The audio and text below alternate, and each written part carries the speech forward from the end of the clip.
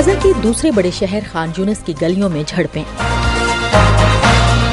اسرائیل اور یوکرین کی امداد کا بل امریکی سینٹ سے منظور نہ ہو سکا۔ غزہ کی صورتحال عالمی سلامتی کے لیے سنگین خطرہ ہے، اقوام متحدہ۔ وائس آف امریکہ واشنگٹن سے اہم خبروں کے ساتھ سعدیہ زیب رانجھا۔ اسرائیل اور حماس کے درمیان جاری جنگ کے 2 ماہ مکمل ہو گئے ہیں اور غزہ کے دوسرے بڑے شہر خان یونس کی گلیوں میں فریقین کے درمیان لڑائی جاری ہے۔ اسرائیلی فورسز کے اہلکار ٹینکوں، بختر بند گاڑیوں اور بلڈوزرز کی مدد سے خان یونس کے مختلف علاقوں میں حماس کے ٹھکانوں کو نشانہ بنا رہے ہیں، جبکہ رفح سمیت دیگر علاقوں میں بھی اسرائیل کی فضائی کارروائیاں جاری ہیں۔ دوسری جانب حماس نے بھی کہا ہے کہ اسرائیلی فورسز سے خان یونس اور بیت اللہ میں شدید جنگ ہو رہی ہے اور حالیہ جھڑپوں میں اسرائیل کی تقریباً 2 درجن گاڑیاں تباہ کی ہیں۔ امدادی اداروں کا کہنا ہے کہ جنوبی غزہ میں جنگ پھیلنے سے شمالی غزہ سے نقل مکانی کر کے آنے والے بے گھر افراد کے پاس اب پناہ کے لیے کوئی محفوظ جگہ دستیاب نہیں۔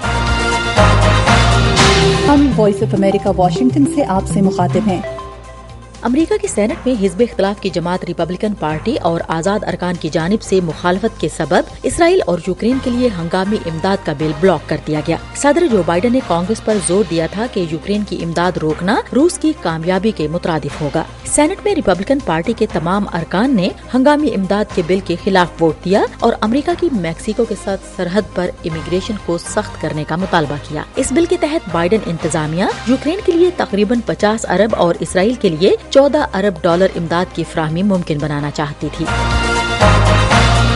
اقوام متحدہ کے سیکرٹری جنرل اینٹونیو گوٹریس نے سلامتی کونسل کو غزہ جنگ کے عالمی سطح پر پہنچنے والے متوقع خطرے سے باضابطہ طور پر متنبع کیا۔ گوٹریس نے کونسل کو ایک خط میں کہا کہ غزہ کی جنگ بین الاقوامی امن اور سلامتی کے لیے موجودہ خطرات کو بڑھا سکتی ہے۔ انہوں نے اقوام متحدہ کے چارٹر کے آرٹیکل 99 پر زور دیا جو انہیں اجازت دیتا ہے کہ وہ ایسے کسی بھی معاملے کی جانب سلامتی کونسل کی توجہ دلا سکتے ہیں جو ان کی رائے کے مطابق بین الاقوامی امن اور سلامتی کے لیے خطرہ ہو۔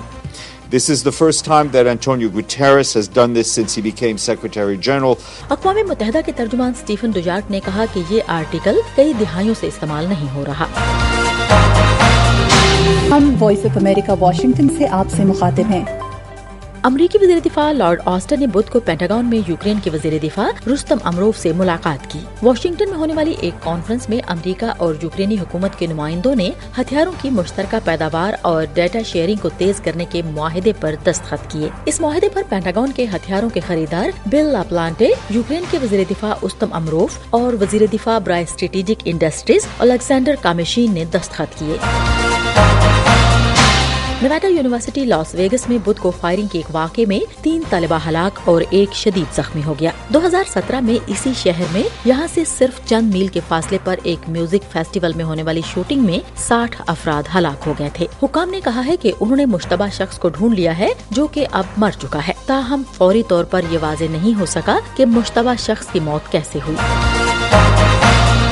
کولمبیا میں حکام نے ایمیزون میں واقع ایک غیر قانونی کانکنی کی جگہ کو دھماکے سے اڑا دیا اور کانکنی کے آلات کو تباہ کر دیا۔ برازیل کے ساتھ واقع اس علاقے میں سونے کی کانوں پر یہ کریک ڈاؤن کی کوششوں کا حصہ تھا۔ کولمبیا کے حکام نے بتایا کہ غیر قانونی کانکنی کے آپریشن میں ماہانہ پیداوار 23 کلو گرام تھی۔ حکام کے مطابق امریکی حمایت یافتہ 2 طرفہ آپریشن نے بین الاقوامی مجرمانہ گروپ کے بنیادی ڈھانچے کو نشانہ بنایا، جس کی سونے کی غیر قانونی کانکنی سے 1,14,000 گرام پارا اور 68 ملین لیٹر پانی ہر ماہ آلودہ ہوتا ہے۔ سائنسدانوں کا کہنا ہے کہ یہ گرین ہاؤس گیسوں کی بڑی مقدار میں جذب ہونے کی وجہ سے موسمیاتی اثرات کو کم کرنے کے لیے بہت ضروری ہے۔ ہم وائس آف امریکہ واشنگٹن سے آپ سے مخاطب ہیں۔ اور یوکرین کے فوجی کمپیوٹر کے ذریعے ٹینکوں کو کنٹرول کرنے اور جنگ میں انہیں استعمال کرنے کی تربیت حاصل کر رہے ہیں، جس دوران فوجیوں کو آلات کے بارے میں بنیادی باتیں سکھائی جاتی ہیں اور پھر وہ مرحلہ وار آگے بڑھتے ہوئے یہ تربیت مکمل کرتے ہیں۔ اگر فوجی تربیت کے 2 مرحلوں کے دوران اچھے نتائج دکھاتے ہیں تو انہیں حقیقی ٹینک پر بیٹھنے اور مشق کرنے کا موقع ملے گا۔ 1 ماہ کی تربیت کے بعد فوجیوں کو ایک تصدیق شدہ ٹینک آپریٹر بننے کے لیے امتحان دینا ہوگا۔ اس کے ساتھ ہی اہم خبروں کا یہ بلیٹن اب ختم ہوتا ہے۔ سعدیہ زیب رانجھا اور ایڈیٹر بہجت جیلانی کو اجازت دیجیے۔